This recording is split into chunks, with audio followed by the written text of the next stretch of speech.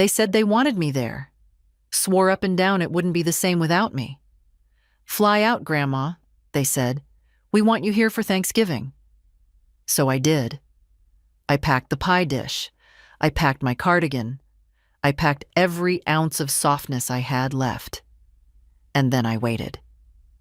I was at Gate 3A of Minneapolis-St. Paul Airport, standing beneath the arrival sign with my wheeled suitcase beside me, coat folded neatly over one arm. People bustled past with flowers, balloons, little kids holding signs. Some were hugging, some were crying. All of them were being claimed. I stood like a misplaced package. The flight had landed 42 minutes ago. I had checked. Twice. I had also reread the text from my daughter-in-law 3 times. We'll be there. Kids can't wait to see you. Followed by a heart emoji. I had sent a reply. Flight lands at 3:10, can't wait to hug everyone. No answer. I kept my coat folded because it was warm inside. I didn't sit down because it felt like once I sat, I'd be giving up. Giving in.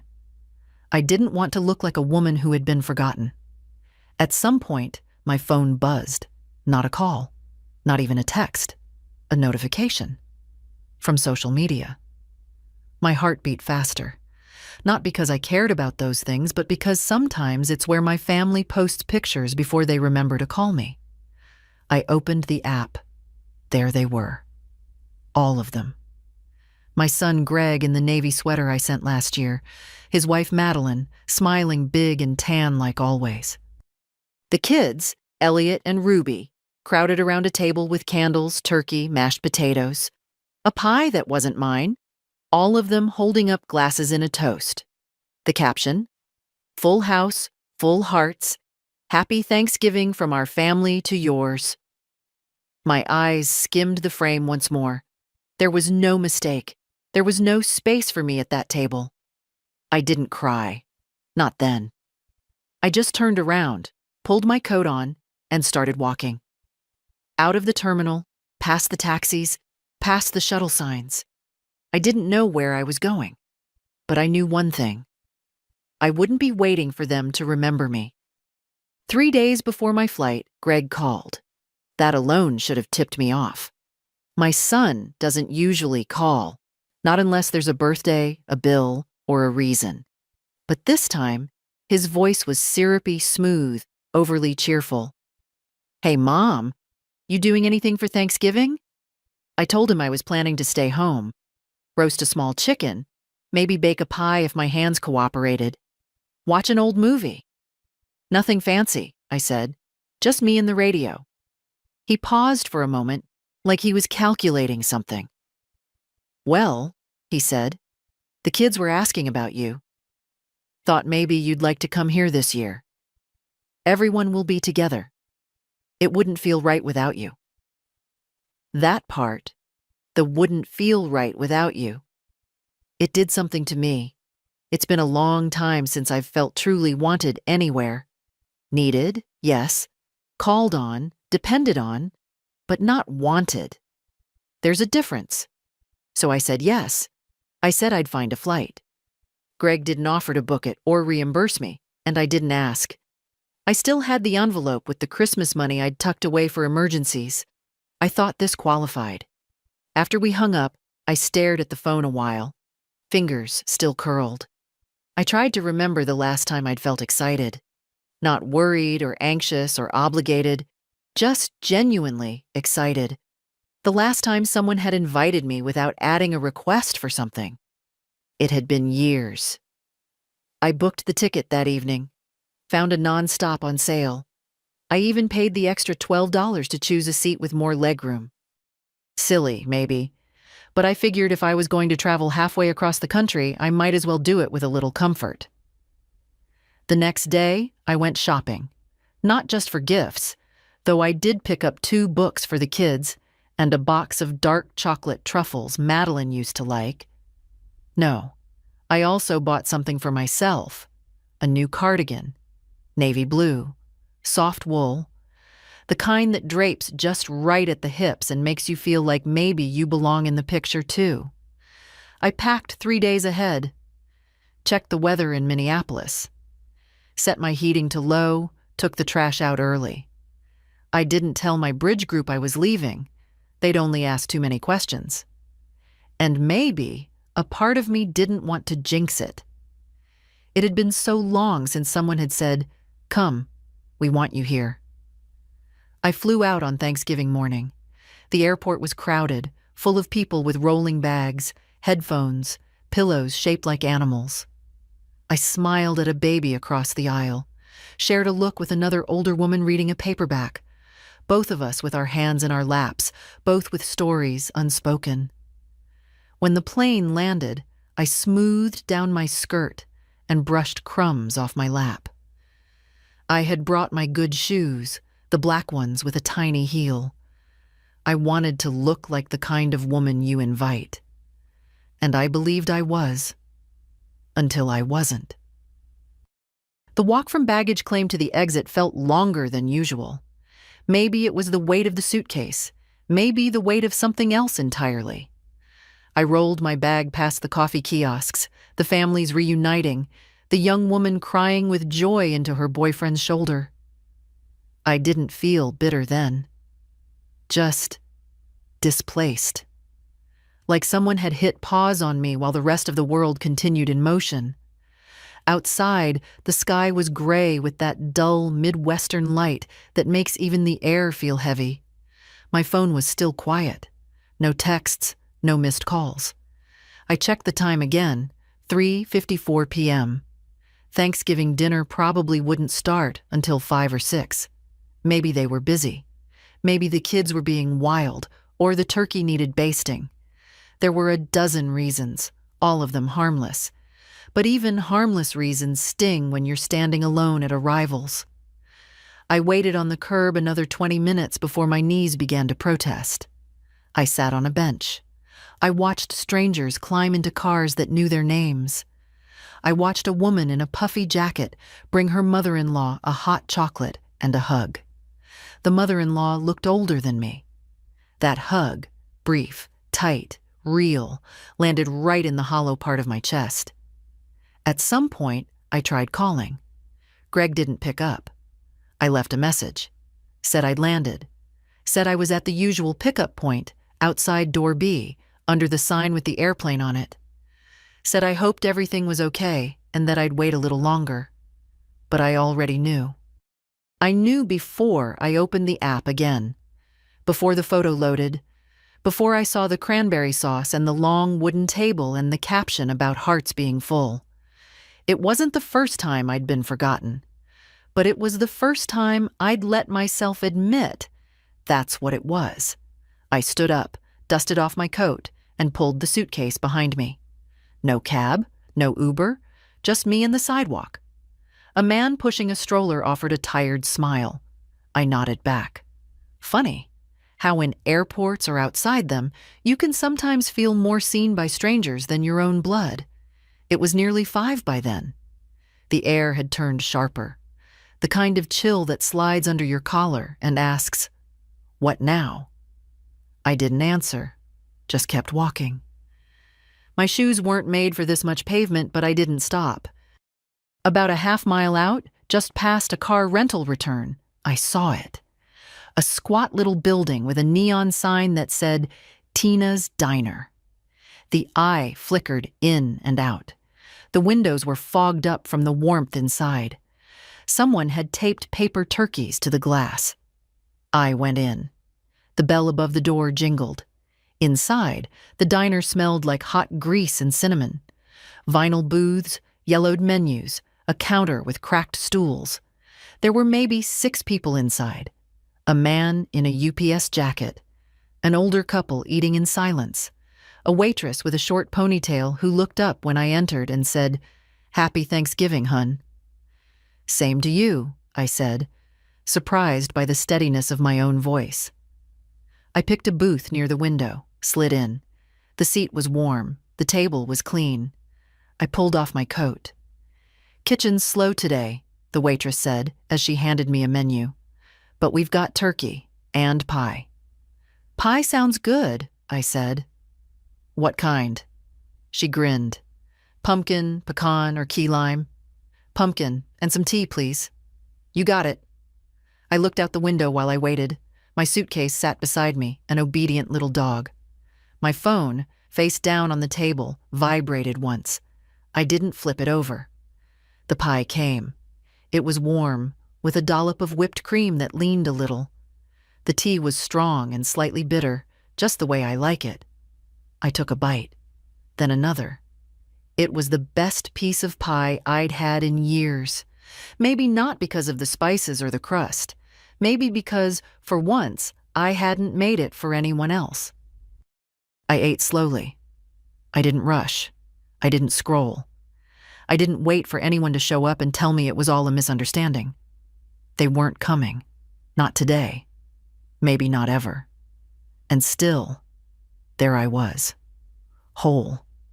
Breathing. Sitting at a booth under paper turkeys, letting the heat return to my fingers. When the waitress brought the check, she asked, "Want another slice to go?" I thought about it for a moment. Then I nodded. "Yes. For later?" She winked. "Best decision you'll make all day." I smiled, not because it was funny, but because she was right. The air bit sharper as I stepped back outside. The little white bag with my second slice of pie dangled from one hand, and my suitcase rolled behind me with a soft, plastic rattle. I didn't have a plan. No hotel booked. No one waiting. But somehow I didn't feel lost. Not exactly. There's a kind of peace that comes when you finally stop expecting the people who hurt you to fix it. The wind picked up as I walked. It wasn't far to the nearest budget motel. I'd seen the sign while trudging from the airport, Valley Inn, weekly rates available. Nothing fancy. A square, low-slung building with beige paint and a vending machine by the front door. But it had lights on, and right now, that was enough. Inside the lobby, a man behind the counter was watching a football game on a tiny TV. He glanced up when I entered, his face a map of boredom and fryer grease. "Need a room?" "Yes, just for one night," I said. "Single?" I looked down at myself. My good shoes were scuffed from the walk. My cardigan smelled faintly of airplane. I nodded. "Single." He slid a form across the counter. ID and card. I handed them over. While he typed, I glanced at the TV. Some team in red and gold was losing badly. The man didn't seem to care. "Room 114, he said, sliding me a key on a flimsy ring. "End of the row." I took it, thanked him, and wheeled my suitcase down the sidewalk. The room was just what I expected. 2 lamps with mismatched shades, a bedspread patterned in muted browns, a television older than both my children. But it was warm. It had a working heater and a surprisingly clean bathroom. I peeled off my shoes and sat on the edge of the bed. My feet ached. My back ached more. But my heart, the part that should have been shattered, felt oddly intact. I stared at the phone for a long time before turning it back over. 3 missed calls from Greg, 2 from Madeline, a single text. "Mom, where are you?" No apology, no explanation, just confusion, as if I had disappeared, as if I were the one who forgot to show up. I didn't reply. Instead, I unzipped my suitcase, took out my notebook, the one I use for grocery lists and thoughts I never say out loud, and wrote something on a fresh page. I am not spare. I am not extra. I am not a side dish at someone else's table. I stared at the sentence a long time. Then I underlined it. I could have cried. A year ago, 5 years ago, I would have. But tonight the tears wouldn't come. What came instead was an odd clarity, like stepping into cold water. Shocking, but clean.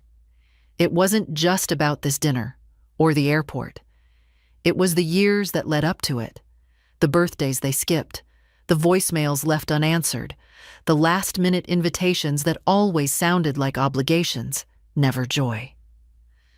I remembered Christmas 2 years ago when Madeline called and said, "We'd love to have you over, if it's not too much trouble getting here." That pause in her voice, the way she said, "if." I made them a ham. I took the bus. I remembered Greg's 40th birthday. I sent him a leather wallet with his initials engraved. He sent back a group text that said, "Thanks for the gifts, everyone." I remembered Ruby's school play, how I'd found the live stream myself and watched on my little laptop with a glass of wine and a lump in my throat. She didn't know I was watching. Nobody mentioned it. And still, I kept showing up. Until today. Maybe it takes standing on the curb alone in a different city to see the shape of what's been there all along. I wasn't part of their life. I was an accessory. A convenience. A placeholder for when they needed to remember their better selves. I looked around the motel room. Ugly, honest, functional. It was the most honest place I'd been in years. I got up, made myself a cup of motel tea using the plastic coffee machine, and sat cross-legged on the bed with my second slice of pie.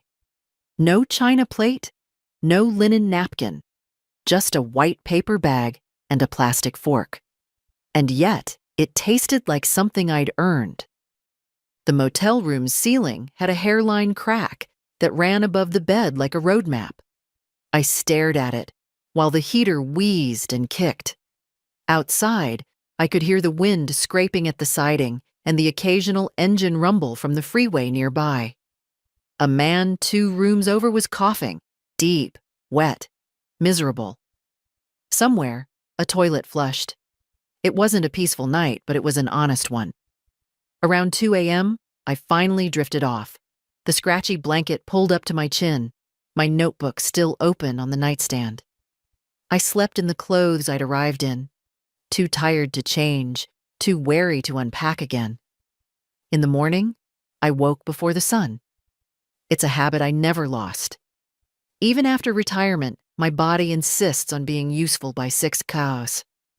I made another cup of weak coffee from the in-room machine and watched the sky lighten through the blinds. The pie was gone. The tea, too. But the quiet stayed. At 7:12, my phone buzzed. "Mom, I'm so sorry.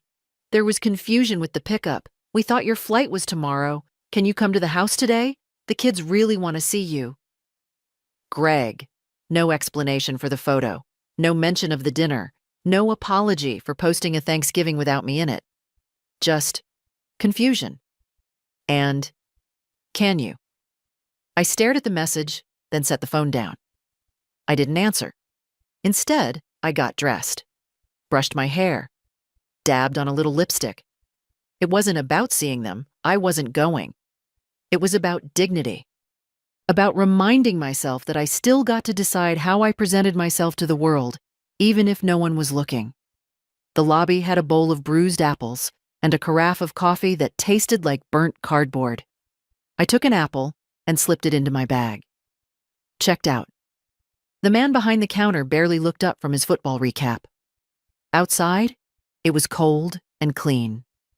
The wind had calmed. The sky was the kind of brittle blue that only happens in November. Sharp. High. Endless. I didn't go back to the airport right away. Instead, I walked. There was something I needed to do first. A mile down the road, tucked between a gas station and a closed tire shop, was a little postal annex. I stepped inside and asked for an envelope and a pen. "Do you sell stamps?" I asked. "Of course," said the clerk. She was young, kind-eyed, with chipped polish on her nails. "I need one for a letter to Massachusetts," I said. She handed it over, and I wrote the address from memory. Emma Wexler, 12. Pond Hollow Lane, Worcester, MA 00609. My granddaughter. Emma was Greg's daughter from his first marriage, the only one who still called me just to talk. She was 23 now, finishing nursing school. She sent me pictures of her cat, told me when she passed exams, asked for my recipe for cornbread stuffing. The envelope stayed empty for a moment. Then I pulled out a page from my notebook and began writing. Emma, dear, you once told me I was your safe place. I want you to know that hearing that meant more to me than most things in this world. This Thanksgiving didn't go as planned. I flew across the country for a table I was never meant to sit at. But I've found something in the quiet that I didn't expect. Room to remember who I am without waiting for someone else to say it first. I kept writing. Not bitter, not dramatic, just real. When I sealed the envelope, I felt lighter. At 10:35, I booked a ticket home. Same airline, same gate, different woman boarding. The flight wasn't until evening, so I found a cafe near the terminal with big windows and good scones. I sat there for hours with tea and a pen, going over things that had been unspoken too long. I didn't write to Greg. I didn't call Madeline. I didn't tell them where I was. They'd see the missed return call, maybe wonder, maybe not. I wasn't angry. I was done. Around 4 p.m., the light changed. The kind of golden haze that makes even parking lots look beautiful. I watched a little boy run toward a minivan, his backpack bouncing. He turned and waved at his grandmother, who was slower but smiling. She waved back, and he ran to her, grabbing her hand like it was his anchor. I watched them until they disappeared, and I whispered to myself, not loud, not bitter, just clear. I deserved that too. The plane home was only half full. A blessing, really. I had a whole row to myself. The seat beside the window was cold when I sat down, and I left it that way. Didn't bother folding my coat or smoothing the seatbelt across my lap just yet. For the first time in a long time, I didn't feel the need to make myself tidy for anyone else's comfort. The flight attendant offered a soft smile. "Heading home or leaving it?" she asked as she placed a plastic cup of water on my tray. "Both," I said, "in a way." She didn't ask for more, just nodded and moved on. That quiet kind of understanding, uncommon and kind. I stared out the window during takeoff, watching the gray city shrink beneath us, watching the runways crisscross like faded scars. As the plane lifted, the sky opened wider. Blue above and below, and nothing in between except the dull hum of the engines and my own breathing. I thought I might feel grief again, some wave of it. I waited for it like one waits for turbulence, but it didn't come.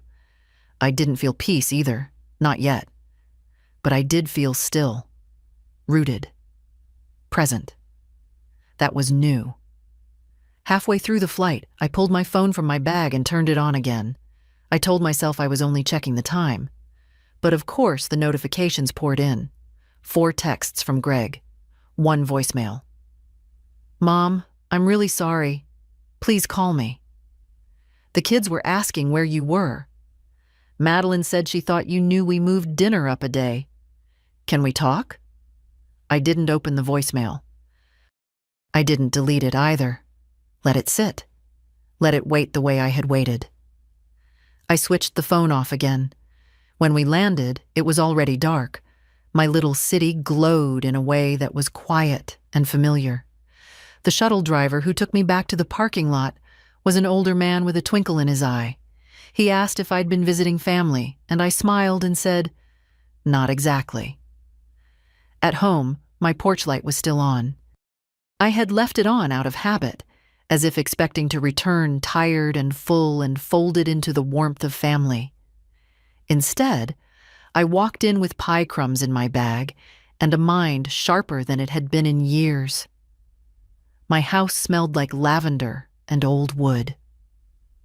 The radiator kicked on with a comforting clank. I set down my suitcase and hung up my coat. I moved slowly, not from age but from intention. I made a cup of chamomile tea and sat at the kitchen table. The same table where I'd hosted years of Thanksgivings, where Greg once spilled gravy and Emma once cut snowflakes from napkins, where Madeline had sat, tight-lipped, looking at her phone more than my face. I looked around the room like it belonged to someone I was still meeting. Then I opened the drawer next to the fridge. That drawer, the one with the files, the one labeled Greg and Emma and legal. I pulled out Greg's folder. It was thick. Receipts, copies of checks, printouts of tuition assistance, an invoice from a mechanic I'd helped him pay when his transmission failed, the mortgage co-signing from 2010, the private preschool deposit I fronted for Ruby, with a note in Madeline's handwriting. "We'll pay you back after the bonus hits." They never did. I turned each page carefully, like tending to wounds, not in anger, not even in sadness, in clarity. Then I reached for the thinner folder labeled Emma. Birthday cards, photos she'd mailed me, a printout of her college graduation announcement, handwritten notes in bubbly ink, a thank you for helping her cover a course fee, a postcard from Vermont. "Wish you were here. Fall is wild and wonderful." I closed both folders and sat back. Then I reached for my notebook. And this time, I didn't write feelings. I wrote a plan. The next morning, I was at the bank before the doors even opened. A light frost coated the steps, making them slick, but I climbed them slowly and steadily, wearing my oldest boots and that same navy cardigan. The cardigan didn't match my scarf, but I no longer cared about appearances. I cared about action. The teller, a young man with kind eyes and a nervous smile, greeted me with the kind of politeness people reserve for the elderly. "Good morning, Mrs. Wexler. How can we help you today?" "I'd like to speak with someone about my accounts," I said. "All of them." He nodded, glanced at a screen, then called into the back. A few minutes later, I was ushered into a glass-walled office with soft chairs and the faint smell of printer ink. A woman named Natalie introduced herself as my account manager. She looked like someone who did yoga at lunch and always had almonds in her purse. "What can I do for you today, Mrs. Wexler?" "I want to suspend all automatic payments, every one of them, starting today." She blinked. "All of them?" "Yes." She tapped a few keys, eyebrows rising slightly as she scanned the screen. "You have quite a few. Recurring transfers to family members, tuition payments, car insurance. Some scheduled gifts to charities as well." "Keep the charities," I said. "Stop the rest." There was a long pause. "Do you want to talk about why?" I looked at her. Really looked. And to her credit, she didn't fill the silence with fake concern. "No," I said. "I've already spent enough time explaining myself." She nodded. "Understood." While she worked, I sat in the quiet of that office and watched the world move outside the window. A mother wrangling a toddler into a car seat. An older man pushing a walker. A delivery truck idling too long. "Done," Natalie finally said. "Everything's been suspended. I'll prepare the paperwork for full cancellation if you want to come back in to sign tomorrow." "I will." She hesitated. "There's also a power of attorney on file. Gregory Wexler. Do you still want him to have access?" I felt my pulse slow, not rise. "No," I said. "Revoke it." "Understood." She printed the form, and I signed it with steady hands. By the time I left the bank, the frost had melted. I didn't rush. I stopped at the bakery on the corner, bought myself a fresh roll, and walked the long way home. It wasn't about punishing Greg. Not really. It was about drawing a line where I hadn't before, about recognizing that love doesn't grow from sacrifice alone. It needs light. It needs truth. Back home, I pulled the pie dish from the sink, washed it gently, and put it away. Maybe someday I'd make another pie. Maybe not. But I wouldn't make one for people who left me standing on a curb. That afternoon, I called my lawyer. Mr. Altman had handled our affairs for over 30 years. He'd helped us buy the house, settle my husband's will, even draft the first version of mine back in 2005. His voice was warm but cautious. Mrs. Wexler, what can I do for you? I'd like to make changes to my estate, I said. And I want to establish a trust. For Emma? Yes. He didn't ask why. He didn't have to. People like Mr. Altman have seen every version of family disappointment that exists. We set a time for the next day. When I hung up, I felt no triumph, no victory, just clarity. That night I sat on the porch with a blanket around my shoulders and tea cooling on the railing. A few neighbors passed by. One waved. One didn't. The street was quiet, and I felt not okay, not healed, but steady. Like I'd finally stopped knocking on a door that was never going to open.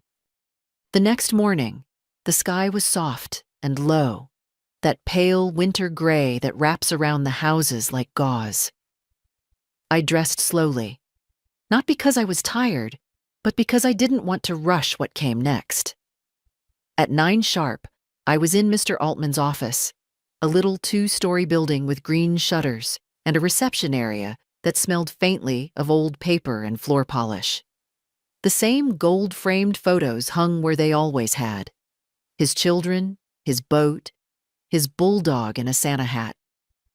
He stood when I entered, still as polite as he was 20 years ago. Mrs. Wexler, he said, extending a hand. It's good to see you. And you, Mr. Altman. We sat in his office, same leather chairs, same ticking wall clock, same stack of forms on his desk, though now his reading glasses were thicker and his mustache had gone from salt and pepper to snow white. What are we changing today? He asked gently. My will, I said, and I want to create a trust. Everything I own, every cent, every asset, I want it protected, and I want it to go to Emma. Only Emma. He didn't blink, just nodded and pulled out a legal pad. I assume we're removing Gregory and Madeline? Yes. They've had enough from me, more than enough. He looked up at that, but didn't comment. I want it airtight, I continued. No back doors, no loopholes.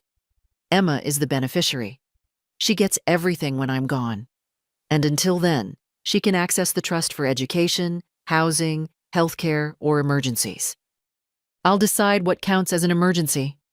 Altman smiled a little. You've thought this through. I have. And your home? Your pension account? The CDs? All of it. If it has my name, it moves to the trust. Understood. And you want to retain full control while living, of course. Exactly. He leaned back. Emma's a good girl, always was. I felt something in my throat tighten. She's the only one who still sees me as a person, not a purse. Mr. Altman didn't flinch at the bitterness in my voice. Then let's make sure your wishes are honored. For the next hour, we worked through every item. He asked questions. I gave firm answers. No more uncertainty. No more benefit of the doubt. When we reached the end, he gathered the papers into a folder and looked at me with something close to admiration. I'll have the final draft ready in a few days, he said. We'll get it notarized and it'll be done.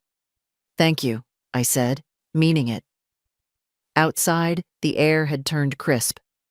I walked home slowly, stopping once to buy a small poinsettia at the florist. I didn't decorate much anymore, but I wanted something bright on the kitchen table, something alive. The moment I stepped through the door, the phone rang. I didn't recognize the number, but I answered anyway. Grandma? It was Emma. Her voice, breathy, nervous, warm. I got your letter. I sat down at the kitchen table. You did? I didn't know what happened. Dad and Madeline said you canceled your flight last minute. They made it sound like you just changed your mind. Of course they did. I was there, I said softly. I landed. I waited. I saw the photos. Emma went quiet. I'm so sorry, she whispered. I had no idea. I know, sweetheart. That's not on you. I should have called. I should have checked. You didn't know. You're not the one who made that choice. She sniffled on the other end. I missed you so much that day. It didn't feel right without you. For the first time since the airport, tears stung behind my eyes, but they didn't fall. Not this time. Thank you, I said. That means more than you know. There was a silence between us. Not awkward, just full. Grandma, she said finally, can I come visit next weekend? I have a break from classes. I'll take the train. My heart bloomed with something gentle and painful. Of course, I said. The guest room is ready. I'll bring the chessboard, she said. You still play? I never stopped. We hung up a few minutes later. I sat there at the table, hand still resting on the phone. For once, I didn't feel forgotten. I didn't feel invisible. I felt seen. That Saturday, just after noon, I stood at the train station in my warmest coat, watching as passengers stepped off the 1137 from Worcester. The platform smelled like diesel and old rain. I clutched the paper bag in my hands, a sandwich and an apple, just in case she'd forgotten to eat. And then there she was. Emma came off the train wearing an oversized hoodie and jeans, her dark curls tucked under a beanie, a worn canvas bag slung over one shoulder. She looked older than the last time I'd seen her, sharper somehow. But when she spotted me, her face lit up with something pure and unmistakable. She rushed over and hugged me like she meant it. It was that simple.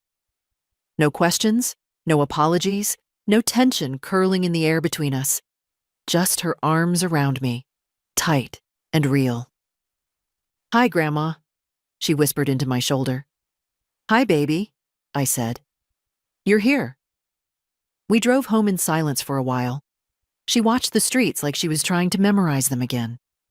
I drove slowly, carefully, letting her take it in.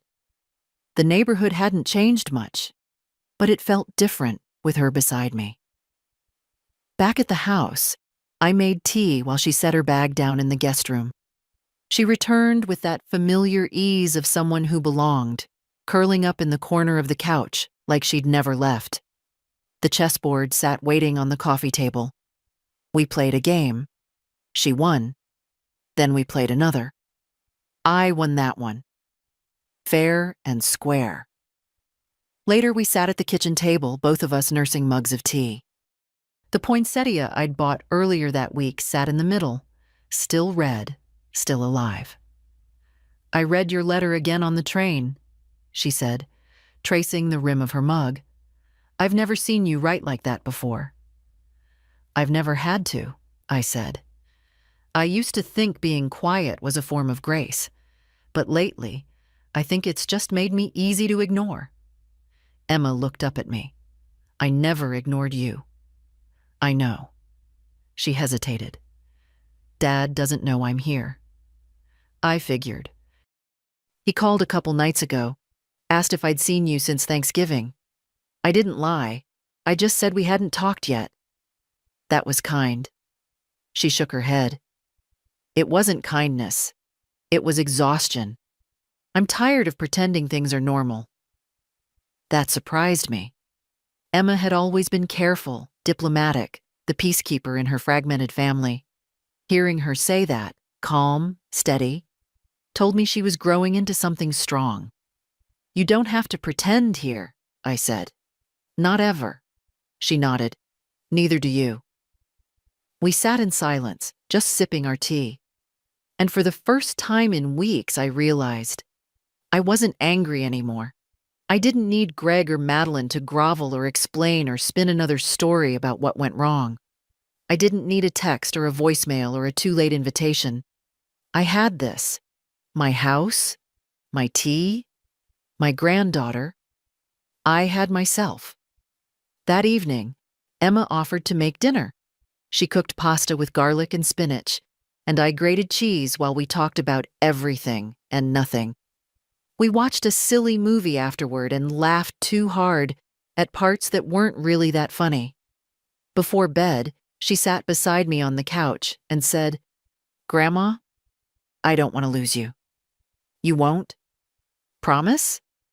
"I can't promise forever," I said, "but I'm not going anywhere yet." She smiled, then hugged me again, gentler this time, but no less real. After she went to sleep, I sat in the quiet of the living room, the clock ticking like a slow metronome behind me. I looked around at the pictures on the mantel. Some faces had faded. Some frames were empty now, but one picture still stood tall. Me, holding Emma as a baby. My hair darker then, my face softer, but the grip of my hands around her tiny body just as steady. I looked at it a long time. Then I got up, turned off the light, and went to bed. Emma left Sunday afternoon. We lingered on the porch for a while before her train. I handed her a container of leftover pasta, a folded scarf I'd knitted last winter, and a quiet kind of love I didn't need to explain. She kissed my cheek and promised to call Tuesday. Then she was gone, a quick wave from the back window of the train, her breath fogging the glass. I stood there until the train had shrunk to nothing, then went back inside. The house felt quieter than usual, but not in a lonely way. It was the kind of silence that follows after something important has been said. A silence with shape and weight. I moved through the rooms slowly, picking up mugs, folding the blanket from the couch, placing the chessboard back on the shelf. When I reached the kitchen, I opened the drawer again. The files sat where I left them. Greg's folder still thick with paper. Emma's still light. But it wasn't just about them anymore. It was about me. I pulled out a yellow notepad and began listing everything I'd paid for over the last 15 years. Not just money given directly, but things I'd quietly covered. Home repairs, medical deductibles, legal fees. When Greg left his first wife, the down payment for their second car. Groceries when Madeline was too tired to shop. School fundraisers I'd been guilted into supporting with a check instead of a visit. Line by line, I wrote them down. By the time I finished, the list stretched over 4 pages.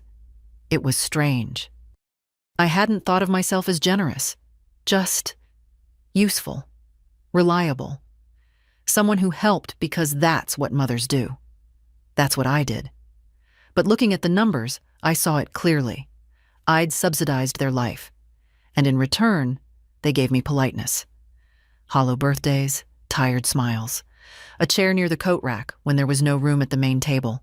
I wasn't angry, not really. I was just done. At 3:17 p.m., my phone rang. Greg's name on the screen. I didn't pick up. A minute later, a voicemail, then a text. "Hi, Mom. Just checking in. Hope everything's okay. Let me know when you're free to talk." No urgency. No specifics. Just a vague nudge, as if nothing had happened, as if he hadn't left me standing at the curb in another city while he carved turkey and took family photos I wasn't meant to see. I deleted the voicemail without listening. The text I left unread. That night, I lit a candle. It wasn't for any special occasion, just for stillness, for the quiet of the house and the way the light caught the edge of the kitchen counter. I poured myself a glass of wine, one of the good bottles I'd been saving for a real holiday. I set a single place at the table, heated a bowl of leftover soup, and I sat, not scrolling, not waiting, not hoping for the phone to ring. I sat in my own life. Later, before bed, I opened my email, found the folder labeled Travel. At the bottom was the receipt for my Thanksgiving flight. Round trip. Return complete. I forwarded it to myself, then added a note in the subject line. Proof of departure and return. No rescue, no reunion, just me. I didn't send it to anyone else. I didn't need to. The next morning, I called Mr. Altman again. "I've been thinking," I told him. I want to add a clause to the trust." "Of course," he said. "What are you thinking?" "I want Emma to be the sole executor, but I also want a letter attached, not a legal one, a personal one." "You can include a statement of intent," he said. "It won't change the legality, but it can explain your reasons." "Good. Then I'll write it." That same morning, I sat down and began. To whoever is reading this after I'm gone, if you're wondering why things were divided this way, let me say clearly, this is not punishment, it's honesty. I've spent my life giving, quietly, consistently. But love without respect isn't love. Presence without care isn't family. I chose the one person who saw me before I vanished. I didn't finish the letter that day. I didn't need to rush.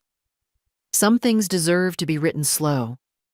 Tuesday came and went without a call from Emma, not because she forgot, but because we'd agreed on it. She had clinicals that week and didn't want to be distracted. "I'll call Friday," she'd said. "After my shift. Same time." I trusted her. That morning, though, someone else did call. Madeline. Her name lit up my screen like a warning sign, all bright letters and bad timing. I let it ring out. Then, 30 seconds later, the text arrived. "Hi, Irene. Hope you're well. Greg mentioned you've been hard to reach lately. Let's catch up soon?"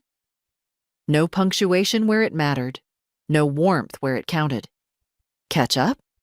We weren't old co-workers. We weren't neighbors who borrowed sugar once.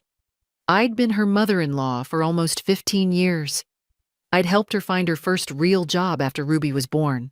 I'd sent her care baskets when she had her gallbladder out. I'd paid for her mother's funeral flowers when their budget was too tight. Catch up? I set the phone down without replying. Later that afternoon, as if on cue, another message arrived. This one from Greg. "Mom, Madeline tried calling. We're starting to get worried. Can you just let us know you're okay?" The irony of it. They left me at an airport, but now they were worried. Not when I was standing with my suitcase and no pickup. Not when I was walking to a diner with frozen fingers. Not when they posted a photo that said everyone with their arms around each other and no seat left for me. But now, when silence echoed back to them, they panicked. Silence is powerful. It unnerves the people who are used to your noise. Your giving. Your yes. I kept the phone off for the rest of the day. That evening, I went through the attic. Not for any dramatic reason. Just to find an old recipe book Emma had once asked about, the one with my apple crisps scribbled in the margins. I hadn't been up there in years. The boxes smelled of dust and old pine, and the insulation curled like forgotten paper. In one box, labeled 1990-2005, I found the book. And beneath it, letters. Dozens of them.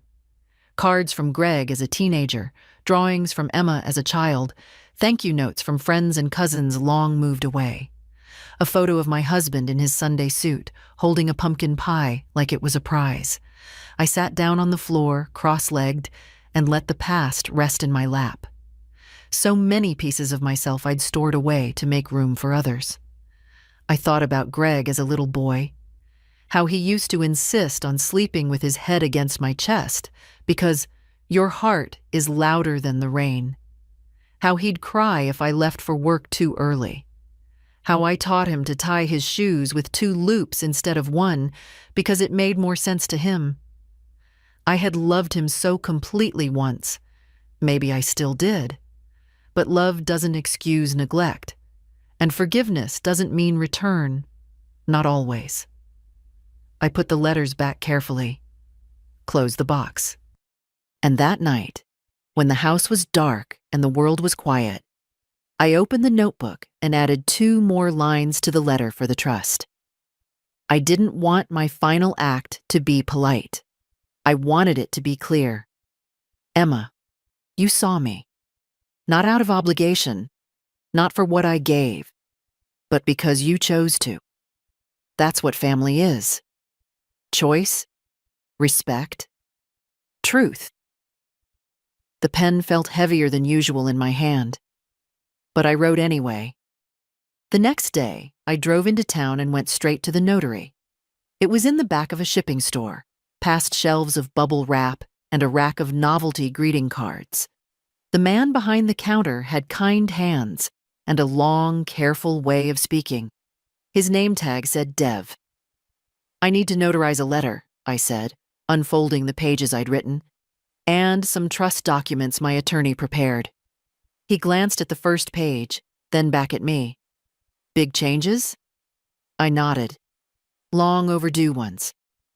He didn't ask more, just handed me a pen and guided me through each signature with the quiet efficiency of someone who has seen all kinds of endings and beginnings pass across his counter. When it was done, I felt lighter. Not free, not yet, but clearer. Like the road ahead had fewer turns. I stopped by the grocery store after, picked up milk and oranges, a bunch of lilacs they'd marked half price. The kind of things you buy when life is steady again. When you're choosing your own peace, instead of waiting for someone else to hand it to you. At home, I set the flowers in the chipped vase near the kitchen sink. The scent of lilac spread slowly through the house, soft and certain. I took off my coat, folded it, and laid it over the back of the chair. My phone buzzed just as I was putting the groceries away. Greg. Again. "Mom, we really need to talk. You're not answering, and it's making things worse. I don't know what's going on, but we're worried. Please call me." The message was longer than usual. The edges of panic showing. But still, no real apology. No mention of what had happened. No ownership. Only absence. And now, the discomfort of it. He wasn't sorry for forgetting me. He was sorry I had stopped filling in the blanks. I sat down, stared at the screen, then turned it off again. That afternoon, I took out the folders once more, Greg's, Emma's, the trust packet, and locked them all in my fireproof box. Slid it back beneath the bed. Not because I was hiding anything, but because I was finished. Finished explaining. Finished asking. Finished waiting. I made soup that night. Lentils, carrots, garlic. My hands still knew how to measure by instinct. I cooked for one, not for absence. I set the table, not in mourning, but in ritual. In respect. For myself. The soup was good.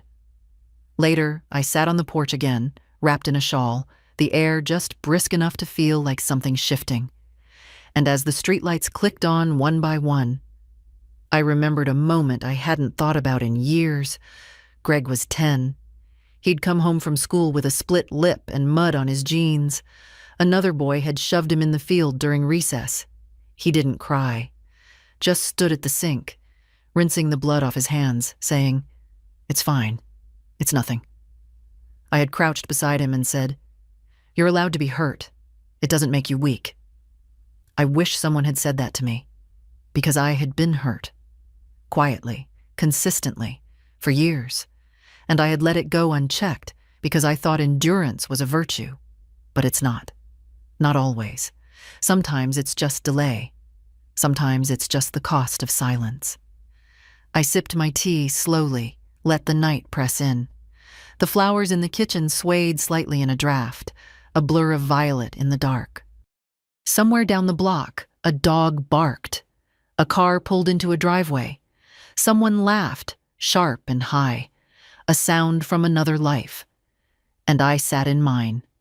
No questions, no waiting, just the weight of my own belonging, finally whole. It was late Friday afternoon when the knock came. I was folding laundry at the kitchen table, towels mostly, still warm from the dryer, when I heard it. 3 slow raps. Not the mailman, not a neighbor. The kind of knock that carries hesitation behind it. I opened the door, and there she was. Madeline. Her hair was too perfect. like it had been brushed and sprayed in the car. She wore heels too narrow for our sidewalks and carried a tote bag slung over one shoulder. Her face bore that curated expression I'd come to know, part concern, part performance. "Irene," she said, her voice almost tender. "Can we talk?" I didn't answer at first, just stepped aside and let her in. She glanced around as she entered, as if expecting dust or neglect. The house looked the same, but something in the air had shifted. I knew it, and I think she did too. I led her to the living room. She didn't sit until I did. She placed her tote carefully at her feet and folded her hands in her lap. "I know you're upset," she began, her tone already polished. "And I just want to say, this whole thing has been a huge misunderstanding." I said nothing. She continued. "Greg really thought your flight was Friday. That's what he told me. We didn't realize you had already landed." "And the photo?" I asked. She blinked. "What?" "The Thanksgiving photo. The caption that said full house. All of you smiling at the table." She looked down. That was just something I posted for the holiday. I didn't mean to hurt you." "But you did." She looked up again, too quickly. "Well, yes, but I think we need to move past that now. The kids miss you. Greg's been calling. We're all just concerned. You've shut us out." I let out a small breath. "No, I just stopped filling in the silence for you. That's different." Her mouth tightened. "I came here because we want to make things right." I looked at her then, really looked, at the effort behind her makeup, at the impatience hiding in her posture, at the avoidance she wore like perfume. "You didn't come to make things right," I said. "You came to see if I was still useful." She straightened. "That's not fair." "But it's true." She glanced toward the hallway, as if Greg might appear and rescue her from this conversation. "I've given enough," I said calmly. "More than enough. And I've decided where the rest of it goes." That got her attention. Her eyes narrowed just slightly. "I'm not angry," I said. "I'm not bitter. I'm simply finished." "Irene," she said, and now her voice was tighter, colder. "This isn't like you." "I know," I said. "It's like me now." There was a pause. She shifted in her seat. "Does Greg know you've made changes?" "I imagine he's starting to suspect." Her face faltered. "And the house? Your accounts?" "Taken care of." The silence after that was dense, a kind of reckoning. Finally, she reached for her tote and stood. "Well," she said, her tone now clipped. "I'm sorry you feel this way." I smiled, just a little. "No, you're sorry I stopped accepting less than I deserved." She didn't reply, just turned and walked to the door. At the threshold, she hesitated. "Greg really is worried." "He should be," I said. "Not because I'm gone, but because I'm not coming back." The door closed behind her with the softest click. I stood there for a long moment, my hand on the knob, the air still humming from the exchange. Then I went back to the kitchen, finished folding the towels, lit a candle, made a cup of tea. The phone rang once that evening. Greg again. I let it ring, not out of cruelty, but because the silence finally belonged to me. Saturday came quiet. I woke early, not because I had to, but because my body had settled into a rhythm again, one not governed by expectation or the noise of someone else's schedule. The sky outside was pale and soft, the kind of morning that doesn't press or promise anything, just presence. I took my tea to the porch and sat under the faded quilt I kept draped over the back of the wicker chair. The steam rose slowly from the cup. Somewhere down the street, a child shouted, followed by the roll of a skateboard. Winter was still holding back, but not for long. I thought about Madeline's visit, not with regret, not with anger, just curiosity, as if I were watching someone else remember a conversation they'd never truly had. She hadn't come for peace. She came for control. And for the first time in a long time, I hadn't given it. That was the victory. Not in winning, not in being right, but in staying rooted. In no longer performing grace just to keep others comfortable. That afternoon, Emma called. Her voice came bright through the receiver. "Hi, Grandma. I'm on break, but I wanted to check in. How's your week been?" "Eventful," I said, sipping my second cup of tea. "But steady." She caught the tone. "Something happened?" Madeline stopped by. "Oh." She said she and Greg wanted to make things right. "Did they?" "No." Emma exhaled through her teeth. "I'm sorry." "Don't be." I wasn't surprised, but I wasn't shaken either. There was a pause on her end. Then she said quietly, "You sound different." "Do I?" "Stronger." "I think I am." We talked for a while. About her patience. About a paper she was writing. About the cat who'd knocked over her favorite lamp. The everyday things that form real lives. When we hung up, I didn't feel that familiar ache of absence. I felt connected, present, full. Later, I spent the afternoon going through the drawers in the spare room. Not out of urgency, but because I felt ready to decide what mattered. I found a set of linens I hadn't used in years. Emma might like those. A pair of earrings I'd once saved for Ruby's 16th birthday, before I learned gifts from me stayed unopened in drawers or disappeared altogether. I held the earrings a long time. Silver. Simple. Classic. I had bought them when Ruby was still a baby, imagining the moment she'd stand in front of a mirror, tucking them into her ears before a school dance. But now, they felt like symbols of something that was never mine to hold. I set them aside. Not bitterly, just finally.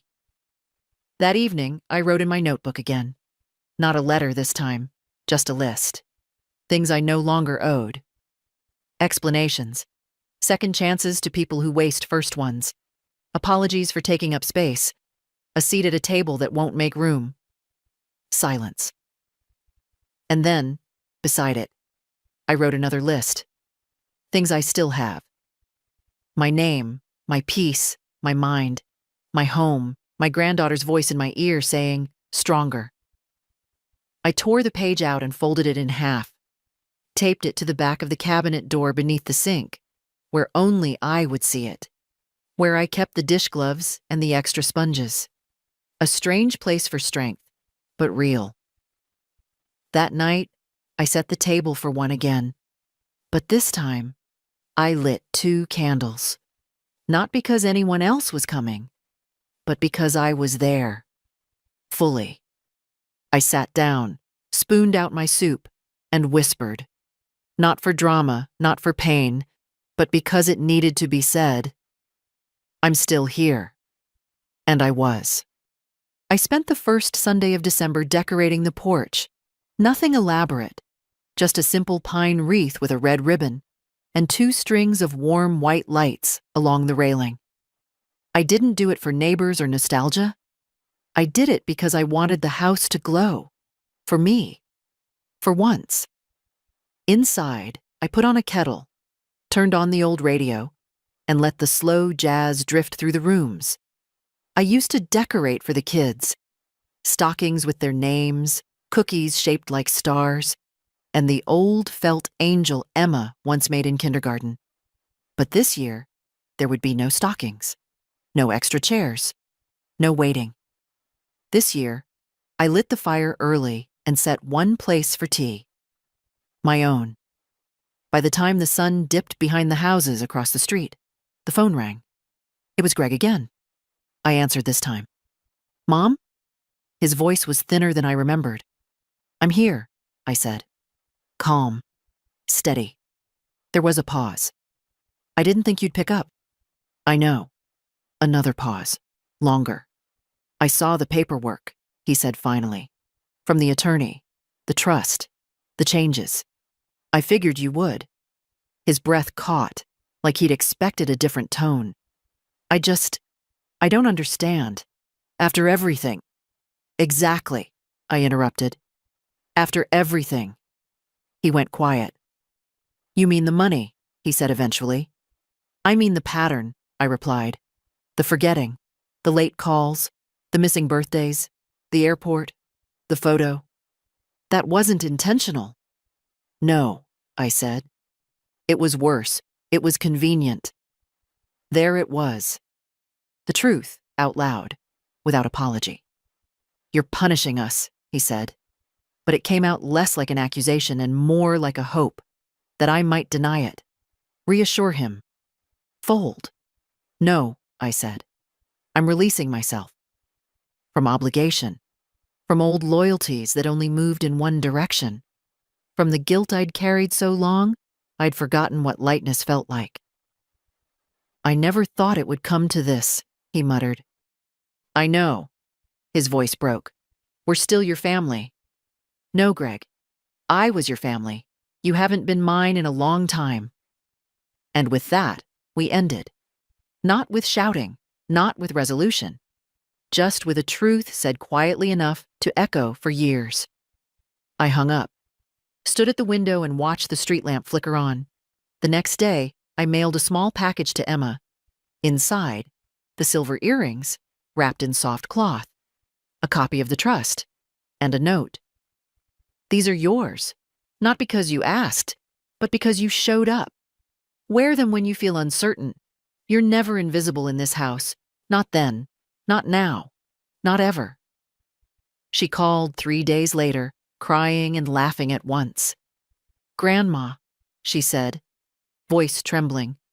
I don't know what to say. You already did, I said. The day you asked if you could come visit. The day you came without needing a reason. That night, I lit the fireplace and sat in its warmth. Outside, the street was quiet, dusted with the season's first snow.